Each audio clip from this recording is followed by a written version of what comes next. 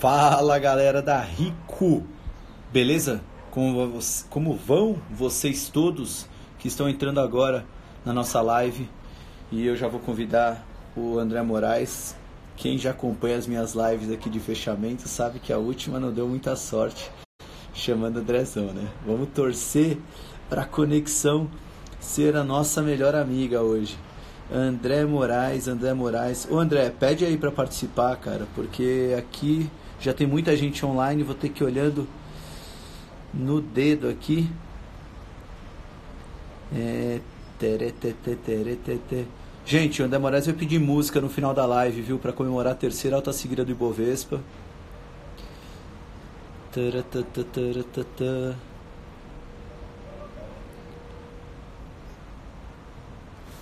André Moraes já pediu. E já pediu. Entre, sinta-se em casa, se aconchegue, está aguardando, está entrando, vai entrar, conectando. Boa! E aí, Andrezão, tá me ouvindo? Tô te ouvindo. Não vai ter que ler o que eu falo, leitura labial, para poder finalmente ser entendido. Pois é, na sexta-feira ficou sem voz, né? Mas enfim, Acho que hoje foi a cerveja. A cerveja, pode ser. o Instagram é uma rede social muito saudável, não quis compactuar com isso.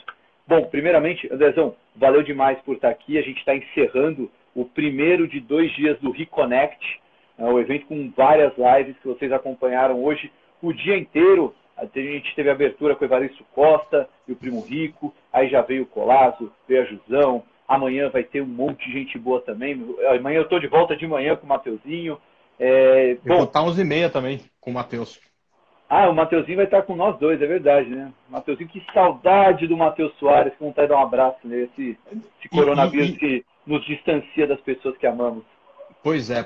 Mas o que está sendo interessante, né, cara, que a gente está meio que cumprindo o objetivo dessa série de eventos, que é reconectando com a galera, né? Eu sei que nessas horas é muito mais fácil a gente se preocupar e ficar aqui no home office e tudo mais, cuidando cada um da sua, né? Mas a Rico está fazendo, no meu entendimento, um excelente trabalho de, tipo assim, não falar para Rico, falar para quem está de fora e que não tem tantas informações quanto a gente, né?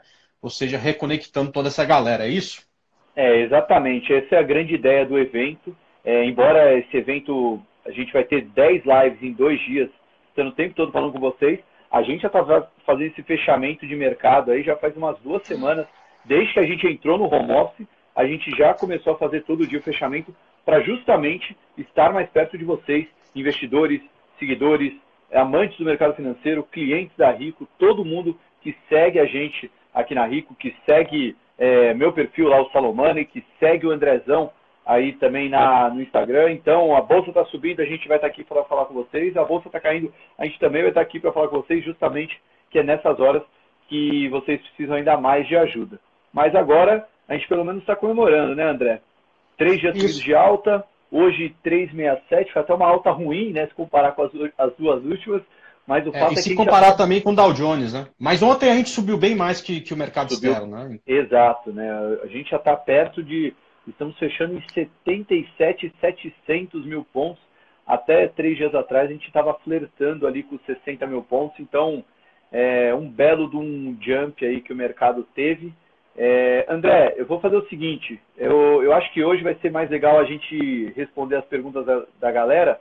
Só vou falar as principais notícias aí do dia e aí você traz a sua análise aí de curto prazo. Eu já vi que você estava comentando comigo que o pessoal que te acompanha conseguiu pegar firme essa perna de alta. Até falar aí, ó, merece música pelos calls que dão na mentoria. Andrezão acertou em cheio. Vou deixar você falar aí do movimento de curto prazo, André. Só antes, gente, meio que um overview do que está acontecendo com o mercado, né? Até semana passada, estava sendo precificado um pior cenário possível para o mundo, né? Uma recessão muito brusca, um lockdown por muito tempo, as pessoas tendo que ficar em casa, trancafiadas, a economia parar e ia trazer um grande pânico no mercado. Não que isso tenha ido embora, tá? Mas a gente teve 2 eventos importantes aí. Primeiro, as ações dos bancos centrais no mundo todo. Banco Central Americano e Banco Central Europeu estão colocando dinheiro a tudo que é jeito, comprando tudo que for possível para colocar dinheiro na economia, passando o seguinte recado: aqui o coronavírus não vai derrubar a gente. Então, por mais que tenha impactos no curto prazo, as ações dos bancos centrais são para que a economia volte o mais rápido possível e tenha o menor impacto possível, se é que isso pode ser dito, mas no curto prazo, embora a gente vá ter um impacto forte, eles querem fazer essas ações para que depois que passe o coronavírus, as economias voltem forte. Isso porque essa crise tem começo, meio e fim. Assim que terminar o corona, a gente vai ter os efeitos econômicos e o Fed quer tratar, o Fed e o Banco Central Europeu, né, os dois bancos centrais dos Estados Unidos e Europa, eles querem tratar isso na hora para que depois que passe o corona não tenha tantos impactos de longo prazo. Aqui no Brasil a gente está tomando medidas parecidas, porém diferente de lá na Europa e nos Estados Unidos, onde eles têm quase que uma maquininha de imprimir dinheiro. Aqui a gente não tem a mesma flexibilidade de jogar dinheiro na economia, por isso que nossas medidas são muito mais adiamento de cobranças ou antecipação de pagamentos, coisas um pouco mais sensíveis, e por isso que mesmo assim a gente está reagindo bem por conta também da reação das bolsas internacionais. E é isso, né? As bolsas caíram muito forte, é normal que a gente tenha uma correção para cima, mas 3 dias seguidos é coisa boa. Uma das coisas que também pode estar ajudando, além dos avanços graduais aí de tratamentos sobre o coronavírus, não tem nada oficial, mas pelo menos já está andando, mas pelo menos os casos de coronavírus, tanto os novos casos quanto as taxas de mortalidade, tudo mais constante. A gente não pode cravar nada, a gente apenas torce, mas a gente pode ter números menores, tanto em crescimento de casos quanto na taxa de mortalidade, se comparado com o que a gente viu na Europa. Mas isso a gente não pode cravar. Aliás, todo mundo fazendo sua parte, hein? Ficando em casa, lavando a mão, 20 segundinhos, evitando contato com as pessoas que vocês amam, mas vamos sair forte dessa, vamos sair fortalecido tanto na saúde quanto nos investimentos. Andrezão, passei um overview rápido aí, mas queria ouvir de você, o que vocês fizeram aí nesse curto prazo, como é que vocês agiram ali, acompanhando o dia a dia do mercado de ações brasileiro. Legal. Deixa eu falar só de uma curiosidade que eu estava anotando aqui hoje fazendo conta, tá? Estou olhando meu gráfico ali à direita. A gente está a 35% do topo, tá? Daquela região dos 120 mil pontos. Mas a gente está, graças aos 3 dias de alta aí que você falou, a 25% do fundo. Ou seja, a distância, né, não está tão diferente mais. Ou seja, realmente foi uma queda muito rápida e foi uma recuperação muito rápida, né? Uma coisa que eu costumo falar para os meus clientes é a história do elástico, né? O mercado às vezes parece muito com o elástico. Então, quando você puxa ele com muita força para baixo e solta, ele volta também com muita força, né? Eu entendo que isso dá um alívio muito grande para quem principalmente desceu comprado, mas reforça a ideia de que é sempre importante você ter caixa para longo prazo, né? Eu sei que muita gente sacou dinheiro da renda fixa porque percebeu que estava rendendo menos, né? Então o cara passou 5 anos juntando dinheiro na renda fixa e de repente ele falou assim, vou para o mercado de ações. Ao invés de ele ir gradativamente, o cara sacou lá tudo que ele tem e colocou no mercado de ações. O cara que colocou isso há 2, 3 anos atrás ainda está com capital maior do que provavelmente se colocou em fundo de ações do que tem agora. Mas para quem fez isso em janeiro, fevereiro, viu essa queda toda, né? Eu entendo que, eu acho que foi o seu discurso, foi o meu também, apesar de não ser especialista em longo prazo, a gente falou, bom, longo prazo é aporte e tempo, aporte e tempo, aporte e tempo, né? Então, quem conseguiu fazer esses aportes já está numa situação muito menos complexa do que quem colocou todo o dinheiro lá atrás, enfim, então essa importância do caixa para o longo prazo. Em se tratando de curto prazo, Salomão, eu sempre gosto muito de colocar nos meus estudos, e é claro, né, quando você fala de longo prazo, você fala de fundamento, tá? Quando a gente fala de curto prazo, a gente fala de gráfico, né? Eu sempre gosto muito de colocar nos meus gráficos uma média móvel, tá? Porque a gente sempre quer, ou a gente sempre usa a média para tomar decisões na nossa vida, né? Então, qual é o tempo médio que você gasta para chegar no trabalho? Você se baseia nesse tempo médio para saber que hora que você tem que sair de casa, né? Quando a gente estudava, qual é a nota média que me faz passar de ano? Eu tenho que ficar acima dessa média, enfim, né? E no gráfico, né, ela também mostra uma média de preço de fechamento. Você está fazendo jabá aí do Stock Pickers aí que eu estou vendo, hein? É um jabazão aqui. Não, eu tô Isso. lendo também os comentários que estão pedindo para mandar um abraço aí para um primo, que eu não vou falar o nome, mas mandar um abraço aí para o Evaristo Costa, para explicar a Ana, o pessoal que está acompanhando aí a nossa live. É muito bom ter a audiência de qualidade aí, e quase chegando nas 1.000 pessoas. Mas vamos lá, Andrezão. Estava falando Não, aí da então, média móvel. enfim. E aí o que aconteceu? Quando o elástico puxou para baixo, a média ficou cá em cima, certo? Hoje, o preço voltou até a média, né? Se a gente for pensar em conceito de tendência, é hora de quem principalmente entrou no curto prazo, conseguiu pegar uma pernada grande, e no curto prazo a gente trabalha com stop, de rever esses stops. Porque o mais provável é a gente olhar de novo para baixo para tentar testar o fundo, que a gente chama, né? Eu espero que esse teste seja bem sucedido. Quer dizer, se estivermos certos e o mercado voltar a cair um pouco, tá? Que ele pare no meio do caminho e fale, não aguento mais, eu vou reverter, essa crise não é tão séria quanto me precificaram e volte a subir. Mas eu estou vendo muita gente perguntando se está na hora de comprar. Eu acho que a hora de comprar, pelo menos para o curto prazo, para o meu estilo de estratégia, foi ontem, tá certo? Hoje, amanhã, né, vai ser o dia de cuidar do que você conseguiu entrar de operação, tá? É mais ou menos essa a minha ideia aqui de curto prazo, tá? É aquela resposta para deixar todo mundo o pé da vida, né? Agora é hora, olha, a hora era ontem, mas realmente, né, Andrezão, o mercado, ele que é muito difícil, né, para quem está começando Não, então, no mercado de ações, aquele sentimento, é aquela atitude completamente contra toda a manada, né? Porque no momento que você vê todo mundo vendendo, a bolsa caindo, cara, não tem jeito. Para estar todo mundo vendendo e a bolsa tá caindo, o noticiário tem que estar uma porcaria, tem que estar falando que tudo vai... a gente vai ficar 2 meses em casa, vai faltar comida, vai ter um caos social, todo mundo vai perder emprego. Não tem como ter notícia boa no jornal com a bolsa caindo 10%. E a mesma coisa ao contrário, né? Agora com o noticiário dando uma leve acalmada, a bolsa pode ter subido pra caramba, mas como o próprio André mostrou, a gente só está no meio do caminho ali entre onde a gente estava e até onde a gente foi. E agora a gente está aqui no meio. Então, o mercado subiu muito, mas não teve uma melhora tão drástica assim nos fundamentos. Acho que só aquele cenário de fim do mundo talvez não seja tão verdadeiro a ponto do que o mercado tinha desenhado até semana passada.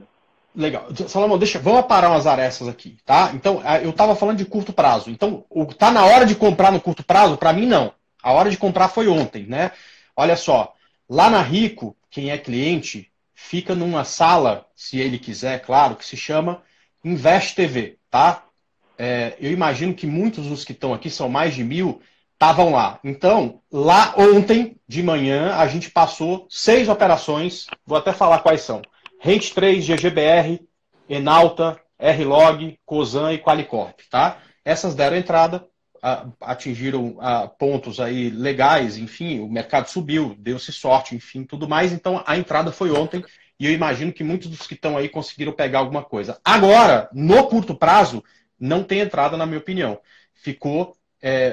a perna, o elástico já esticou para cima de novo. Então, para mim, no curto prazo não tem mais entrada na operação. Agora, eu não queria que todo mundo achasse, eu confundisse curto prazo com longo prazo. Eu estou falando, o meu campo de visão cara, segunda, terça-feira, são 3, 4 dias. Longo prazo é outra coisa. Aí que eu te pergunto, Salomão, até para a gente conseguir abraçar tanto o curto prazo quanto o longo prazo. No longo prazo, você ainda acha que, ou você acha que esse é o momento, enfim? Não, eu não tenho dúvida que é o momento. Talvez, mas assim como você mesmo disse, né, o movimento já foi numa força que talvez não é a melhor hora para você entrar com tudo, né? Qual é a nossa tese aí para longo prazo, né? Eu acho que no movimento que aconteceu do mercado, a gente viu muitas empresas sendo precificadas num nível de preço que ela estava quase valendo a mesma coisa ou até menos do que o valor patrimonial dela, né? É uma métrica que eu gosto de olhar, porque o valor patrimonial seria mais ou menos o quê? Vamos supor que a gente tem uma empresa aqui, e a nossa empresa, a gente fala, Andrezão, vamos fechar a nossa empresa aí. E aí, beleza, então vamos vender todos os ativos, vamos pagar as dívidas e o que sobrar é o valor patrimonial. Então, E esse valor era maior do que a ação cotada do que valia a empresa na bolsa. Quando a empresa está valendo na bolsa menos que o valor patrimonial, o recado que você está passando para o mercado é: o meu futuro trazido ao valor presente, tudo que eu vou entregar lá no futuro é menor do que o que eu ia entregar agora no curto prazo. Né? Aliás, o que minha empresa vale agora no curto prazo. Estão falando que meu áudio está oscilando, não sei, está... Tava melhor quando você tava com o fone na orelha. Que pediram para eu tirar o fone aqui porque tava com... Deixa eu botar então de novo. Conectando aqui. Boa. Liguei de novo aí. Tá menos pior? Ficou melhor, cara. Melhor? Tá melhor, tá melhor. Beleza. Então, bom, dito tudo isso, tinha muita empresa que ficou precificada num nível de preço que não existia, né? Não tem sentido uma empresa estar na bolsa, o preço dela na bolsa reflete tudo que ela vai valer no futuro e isso é menor do que se ela fechasse as portas hoje, né? Então, tem muita empresa que estava nesse patamar de preço porque ela passa por sérios problemas de como é que vai ser o futuro dela, será que ela vai existir daqui para frente, como é que ela vai passar por essa crise. Mas, por outro lado, tem outras várias empresas que dificilmente vão fechar por essa crise, que acabaram de fazer uma captação e estão super bem capitalizadas, então vão passar super bem por isso tudo, estão cheios de dinheiro em caixa. Então, assim, é aquele exercíciozinho de encontrar empresas que nesse momento você fala, bom, ou ela vai quebrar, ou ela vai me trazer um baita de um resultado no longo prazo. E é basicamente isso que a gente está fazendo. Porque quando a gente olha para o Ibovespa, André, a gente vê a média do mercado. E ali vai ter muita empresa lá, né? Mas agora você olhando para... Você pega, por exemplo, ali uma Cogna, uma empresa de educação, que acabou de fazer um aumento de capital. Está com 2 bilhões de reais em caixa. Uma empresa dessa, por mais que ela tenha um impacto na sua demanda, ela não vai ter não vai ter problema de caixa, sendo que ela está cheia de dinheiro ali. Você pega outras várias empresas que fizeram aumento de capital, teve Magazine Luiza, tiveram construtoras, empresas que estão com uma situação de caixa que você consegue passar bem por isso. Então, cara, sim, olhando para esse prazo mais longo, ainda tem empresas excelentes. Agora, tem empresas como, por exemplo, o Banco do Brasil. O Banco do Brasil, esse valor patrimonial que a gente falou, ele chegou a valer na bolsa meio valor patrimonial. Estava muito barato. Só qual é o problema? O mercado percebeu isso e hoje o Banco do Brasil já está sendo negociado a cerca de 0,8 vezes o valor patrimonial.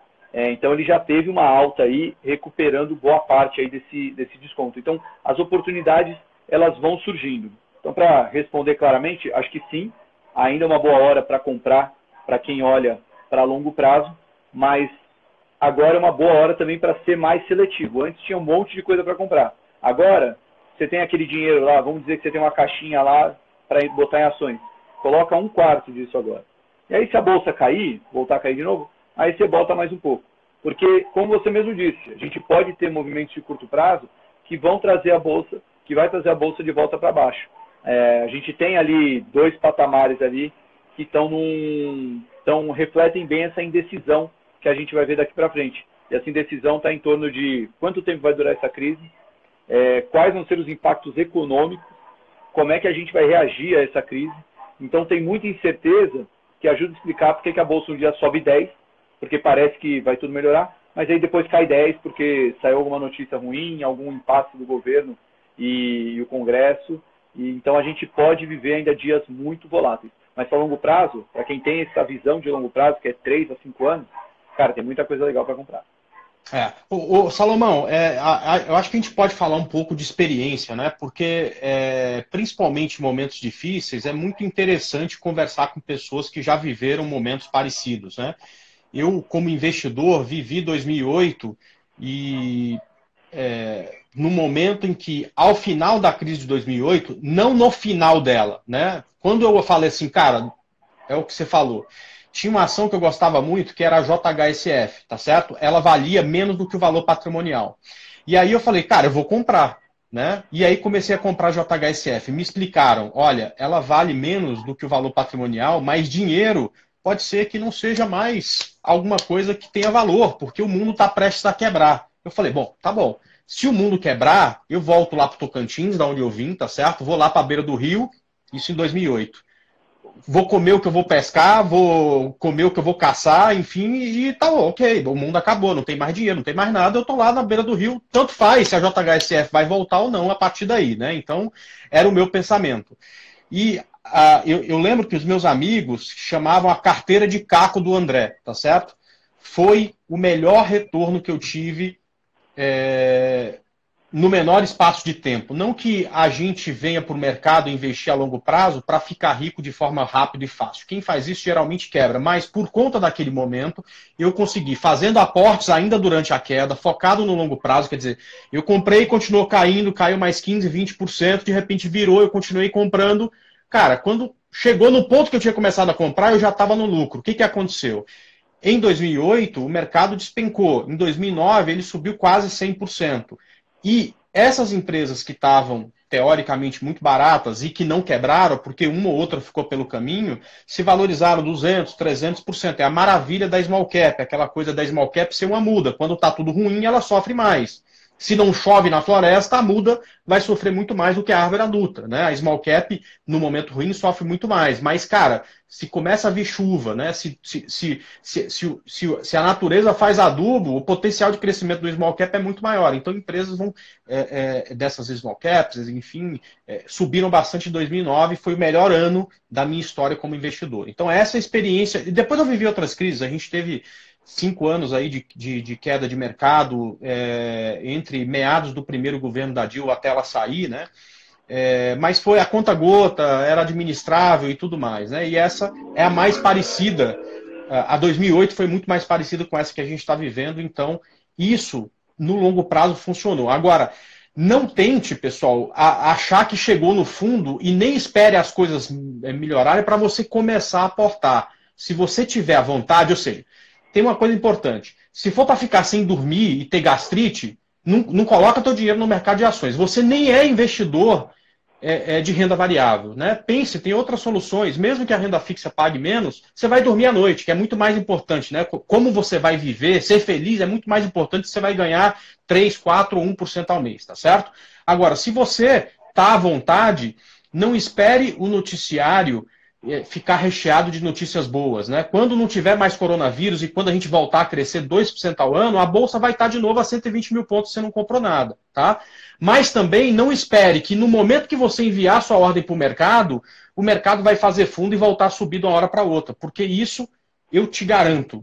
Pode até acontecer dessa vez que você vai dar sorte, mas no longo prazo você não vai conseguir, porque infelizmente nem eu, nem o Salomão, nem vocês, nem ninguém no mundo tem o poder de prever o futuro. Tá? Então, a melhor coisa que se faz, e, enfim, eu acho que isso é importante, separa esse teu dinheiro em partes, vai colocando no mercado se você se sentir à vontade e, enfim, tenho certeza que o brasileiro, cara, ele tem um monte de defeito, mas na hora ruim ele se ajuda, né? A gente está vendo já várias campanhas, inclusive do grupo XP, do XP Inc., né? Para ajudar todo mundo. Eu tenho certeza que daqui a pouco isso essa curva exponencial vai embicar para baixo, a gente vai voltar para o mercado de trabalho e vamos dar a volta por cima, como a gente sempre fez, né? A gente já passou por cada uma, né, Salomão? Cada coisa que a gente já assistiu aqui no Brasil não vai ser essa que vai largar a gente lá embaixo. Não, e tá, assim, o senso de solidariedade, eu acho que o brasileiro tem um pouco do estigma de vira-lata, né? Aquela coisa de, a gente não é tão bom, a gente não é... Mas, cara, eu discordo completamente disso no lado da solidariedade. Eu acho que se cada um puder fazer a sua parte, quem puder ajudar, que ajude, e tem muito o que fazer. E até essa campanha que foi lançada hoje pela XP, cara, do caramba, assim, a gente vai fazer uma coleta para colocar comida na mesa de quem vai ter problema, quem vai enfrentar adversidades. E acho que isso é o mínimo, sabe? Aqui no prédio a gente está fazendo campanha para ir na farmácia e no mercado para as pessoas com mais de 60 anos, deixando contato ali para fazer compra. Eu acho que assim, são pequenos gestos que você consegue de uma forma espalhar o lado bom do ser humano, o lado bom da vida. A gente consegue vencer isso junto. Andrezão, vou abrir aqui. Vamos responder pergunta, né? Porque eu vou... Pessoal, agora eu vou desabilitar os comentários e pegar aqui do box de pergunta aqui, tá? Só mandar ali no boxinho de pergunta. Mas sobre o que o André falou de comprar na queda, tem uma frase famosa aí que fala que Warren Buffett falava que compre ao som de canhões e venda ao som de violinos, né? Meio que falando, compre quando tudo estiver mal e venda quando tudo estiver bom. Aí também tem uma frase que adaptaram, que era compre ações quando tiver sangue nas ruas. E agora dá para adaptar, que é o tempo de coronavírus, que é compre ações quando não tiver mais ninguém na rua, né? Se você for esperar as pessoas voltarem para a rua para começar a comprar ações e achar que as coisas vão melhorar, aí talvez você vai ter perdido o bonde. Bom, pegar aqui a primeira pergunta. Primeira não, que tem... André, tá fácil, tem umas 720 perguntas aqui. Vou pegar uma aqui que fala para nós dois. Quais as 3 ações a longo e a curto prazo? Eu vou falar 3 aqui que eu gosto sem entrar muito no detalhe, tá? Eu gosto muito, nesse momento, eu vou fazer uma composição ali, uma mais defensiva. Aí na defensiva eu colocaria a ENGIE, o código é EIGE3. Ali, mais moderada, ali no meio de campo, eu colocaria nesse momento... só deixa eu dar uma olhada aqui, Mateuzinho não brigar comigo. Eu colocaria Edux, empresa do setor de educação, que também está muito bem capitalizado. E acho que tem uma coisa que o brasileiro vai aprender daqui para frente, é dar valor à conexão online e tudo mais. Ela, como empresa de ensino à distância, ela pode se beneficiar disso. E ali mais no ataque, ali mais à frente, eu colocaria a Magazine Luiza, que além de ter uma estrutura de caixa boa, ela tem um lado online muito forte e acho que o brasileiro também vai começar a consumir mais online passado isso. E você, Andrezão, 3 ações aí. Bom, a primeira, a mais defensiva, que é a ENGIE, a gente tá igual. Será que o Thiago travou? Eu não, tô... Tá ouvindo? A sua imagem travou para mim, mas então vamos sentar a pua. Eu gosto muito, eu acho que é o seguinte, cara, eu já falei isso, a gente não precisa acertar a que mais vai subir, porque a que mais vai subir provavelmente é a que neste momento mais foi penalizada porque tem mais risco, porque ela está no olho do furacão provavelmente, tá? Então sinceramente, eu não quero correr esse tipo de risco, eu prefiro, então, empresas que têm 2 coisas. Já são empresas mais antigas, que já passaram por outras crises, quer dizer, que têm executivos com mais experiência, tá? Empresas que têm caixa para aguentar o rojão de ficar parado, sei lá, se for necessário, 3, 4 meses e vão conseguir sair do outro lado, ok. Né? Então, ENGIE, ITSA é uma que eu gosto bastante, seria uma das minhas 3 para longo prazo, e eu acho que a mais agressiva é exatamente Vale. Gosto de... Eu me sintaria à vontade de estar exposto no longo prazo com Vale nesse momento. Legal. Agora, deixa eu falar do curto prazo, porque teve um monte de gente perguntando quais são esses 6 ativos. Eu nem vou repetir, porque é o seguinte, não está mais no ponto de compra. A gente já entrou, já fez saída parcial, já subiu o stop para cima do preço de entrada, quer dizer, a gente já está preocupado como é que a gente vai pular fora desses ativos, não está mais na hora da entrada. No curto prazo, hoje, eu não vejo nenhuma possibilidade. Eu acho que ou você fica de fora, ou você entra muito atrasado. E aí, entrar atrasado e análise técnica são água e óleo, não combinam, tá? Serve para tirar dinheiro e não para dar. Pegar uma pergunta mais genérica aqui, Andrezão.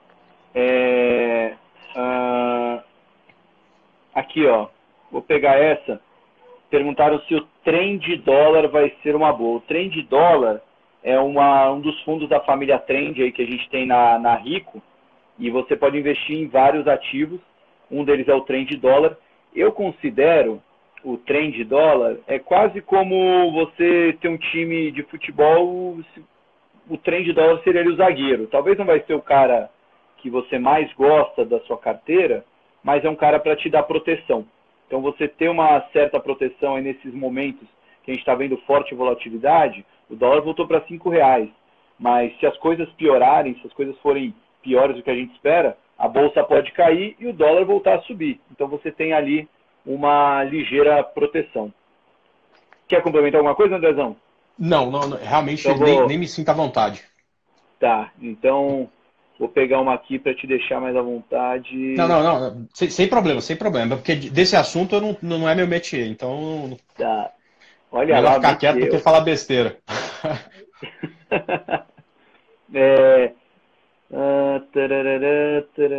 Estou fazendo muita pergunta de ações. Eu vou pegar uma aqui que tá chamando a atenção. Eu quero ver se você tem algum comentário gráfico dela. Aqui, ó. Eu já vou preparar o meu gráfico aqui. O que você acha da subida da Azul? Cara, é simples, né? É uma subida muito forte porque a queda foi extremamente forte. É o elástico. Você puxou aquilo, cara, quase estourou o elástico. Ou seja, essas empresas passaram por uma situação complexa, muito complexa, né? Cara, você soltou elástico, o negócio vai subir mesmo. Agora, quando você vai para o gráfico, você percebe que... deixa eu só ver o gráfico aqui de Azul para não falar nenhuma besteira. Eu gosto sempre olha, ela subiu nos últimos 5 pregões 136%, tá? Mas ela precisa... Do topo até o preço que ela está agora, ela está caindo 67%. Ou seja... É o tipo de coisa que eu não faria. Perder meu tempo agora para pegar os setores e ações que estão mais complexas. Por quê? Porque tem um risco embutido aí muito, muito maior do que em outras ações, na minha opinião. Não sei se atua também. Olha, a gente chama isso de risco de ruína, porque é uma empresa que de fato tem risco de quebrar. Não a empresa em si, mas o setor de companhia aérea, eles podem, de fato, se a gente tiver uma paralisação muito longa, e o governo não intervir, a gente pode, de fato, ver uma quebradeira nas companhias aéreas. Já tivemos no passado, já tivemos em outras crises, mas eu acho que tudo tem seu preço. Então, a Azul, eu considero assim, quanto que você aceita perder da sua carteira inteira de investimentos? Você aceita perder 1%? Então, coloca 1% em Azul. Porque se ela quebrar, você vai perder 1%. Agora, se ela voltar ali para o topo que ela estava, que é uma alta aí de mais de 100%, aí você vai ganhar 100%.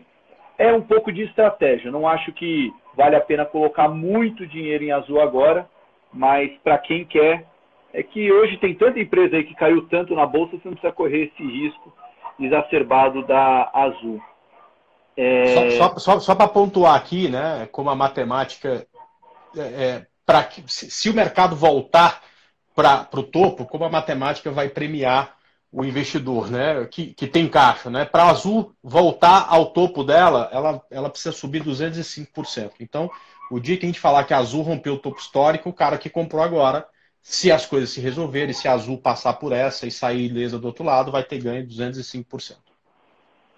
É isso, aí vai poder pagar uma cervejinha pra gente, né? Porque 200% num trade aí tá de parabéns. Para você, né? Eu falei que não entraria. André, essa aí eu vou deixar para você. O Leandro perguntou se depois de 3 dias seguidos de alta dá para reverter a tendência de baixa. Então, a gente vai falar agora de curto prazo, tá? Então, de análise técnica, de gráfico, de comprar com campo de visão de 10 pregões, 5 pregões, nesse momento de muita volatilidade, até menos, tá? Uma reversão de tendência, a reversão de tendência ela precisa pelo menos 17 candles para acontecer. Ou seja, o que a gente teve não é uma reversão de tendência no gráfico diário. Foi uma reversão de tendência no tempo gráfico intraday de 60 minutos, que é onde você pôde se posicionar correndo riscos de gaps e riscos de mercado com muita volatilidade, mas ainda assim acabou valendo a pena. Mas no gráfico diário, eu posso dizer que a gente ainda está há pelo menos 2 semanas de pensar em reversão de tendência. Boa. Vamos pegar aqui mais uma. Perguntar aqui de algumas ações. Não, quero pegar uma mais... Perguntar aqui, ó, precificado 10% ao ano ou uma boa no atual cenário? Depende do vencimento. Esse retorno está ótimo, mas o vencimento deve ser longo. Aí tem risco aí, né? Quais ações estão mais interessantes no momento? A gente já meio que já respondeu. Aqui fizeram uma pergunta, acho que vou jogar essa aqui na tela. Gostei dessa aqui, ó. Em tempos normais, vocês equilibram sua carteira em quanto tempo? E agora, durante essa crise? Eu vou dar uma resposta curta aí para não ficar tão longo, porque tem o Thiago Analista e o Thiago Investidor, tá? O Thiago Analista, ele trabalha só com uma carteira de ações. Então, a mudança que a gente faz aí para quem segue a carteira Rico Premium ou a carteira de Small Caps, sempre que a gente tiver uma oportunidade, a gente mexe. Se a gente acha que tem uma ação que tem que entrar, a gente tira uma para pôr outra. Se a gente acha que é hora de ter mais caixa, a gente vende e deixa o dinheiro em caixa. A gente age conforme o mercado nos diz. Agora, o Thiago Investidor, eu mexo na minha carteira, como eu não posso investir direto em ações, só em fundos, então a minha carteira é muito longo prazo. Eu mexo no máximo de 6 em 6 meses, e se eu vejo um fundo que subiu demais, eu faço uma venda parcial para dar uma diminuída e equilibrar, né, para você ter a mesma participação que tinha em ações, multimercados, renda fixa. Agora, por exemplo, nessa semana, eu reduzi uma parcela do que eu tinha em renda fixa para voltar a comprar um pouquinho de ações. Peguei aí um preçozinho interessante aí para aumentar a minha parcela de ações. E você, Andrezão? É muito parecido. Eu também posso fazer grandes aportes de 6 em 6 meses e, cara, mexo muito pouco com também a mesma coisa que você. O analista, ele não pode tradar, né, o que ele indica para os clientes. Isso pode gerar um conflito de interesse e a gente evita isso, claro, né? Então, o meu negócio para o longo prazo é com fundo de ações. Eu compro muito a ideia do gestor, então eu faço até menos do que você. Cara, mesmo que tenha subido muito, eu deixo lá, não mexo. O que eu faço de 6 em 6 meses é só gerenciar o que eu tenho na renda fixa, balancear o que eu tenho na renda fixa e o que eu tenho na renda variável para ficar de acordo com o meu perfil, que eu entendo mais adequado para mim, tá? Então, se a bolsa subiu, provavelmente eu vou colocar uma parte maior desse dinheiro na renda fixa. Se a bolsa caiu, provavelmente eu vou colocar uma parte mais representativa do dinheiro na renda variável. Legal. Só complementar o que o André falou, na minha parte também, eu mexo muito pouco na renda variável, porque até eu considero que é um dinheiro que eu não vou usar. Assim, não é loucura, assim, é só porque eu deixo isso para horizonte de anos. Se eu precisar de alguma coisa, está na minha reserva de emergência, na minha reserva de oportunidade, nos investimentos em renda fixa com mais liquidez. O dinheiro da renda variável, eu não penso em mexer. Penso mais em comprar nesses momentos de queda do que vender nos momentos de alta. Bom, então já respondemos aqui de mexer na carteira. Vamos pegar. Olha aqui, adorei essa pergunta, hein? Porra! Johnny, excelente pergunta. De todas as proteções de carteira, ter caixa no momento não seria uma boa? Eu não digo que é uma boa, eu digo que é a melhor maneira de você proteger sua carteira é sempre ter caixa. Por quê? Por um motivo muito simples. O caixa é o que vai te dar o poder da escolha. Se a bolsa cai 50% e você não tem caixa, está com tudo aplicado, você não pode fazer outra coisa que não seja ou torcer ou vender algo que já caiu para comprar outra coisa, fazer uma substituição. Quando você tem caixa, você ganha um poder a mais de escolha. Você pode decidir se quer comprar mais ações ou não. Mas você tem um dinheiro de fora, que é quase como um jogador estando fora de campo, e você pode colocar um jogador a mais no campo ali. Porque você tem essa escolha aí de fazer um movimento que você não tinha antes de ter caixa. Acho que agora travou, hein? Ou voltou? Voltou. Tô te ouvindo. Agora sim. Você, Andrezão? Então, eu acho que é fundamental ter caixa. Neste momento, eu acho que já é o momento de ter um caixa menor, porque eu acho que o mercado ofereceu algumas possibilidades. Eu sempre falo o seguinte, no teu caixa, você pega ele e divide em 5 partes. E a partir do momento que vai ficando interessante, você vai colocando essas partes no mercado, né?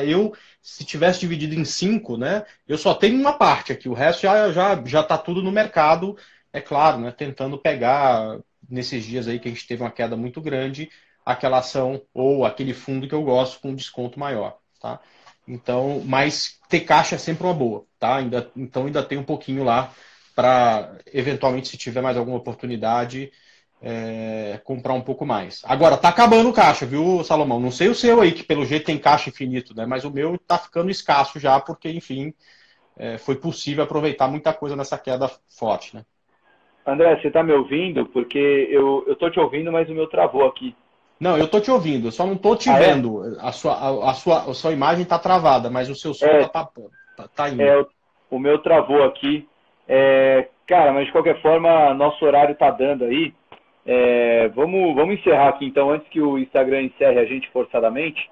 Vamos. Queria agradecer aí o pessoal que participou dessa super live. Amanhã a gente volta com tudo. Já a primeira live da manhã sou eu e Matheus Soares, falando sobre a gente vai tomar um café com vocês. Então preparem seu cafezinho para tomar com a gente, que a gente vai falar de abertura de mercado. O André vai estar de volta às 11h30. Opa, agora eu Destravou. voltei inteiramente, destravado. O André vai estar de volta às 11h30, né, André? Isso, com certeza. Eu e Matheus também. Você e Matheus.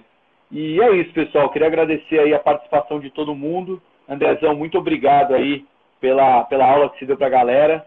E até amanhã, gente, com mais Reconnect aqui para todos vocês. Beleza? Valeu, André. Valeu.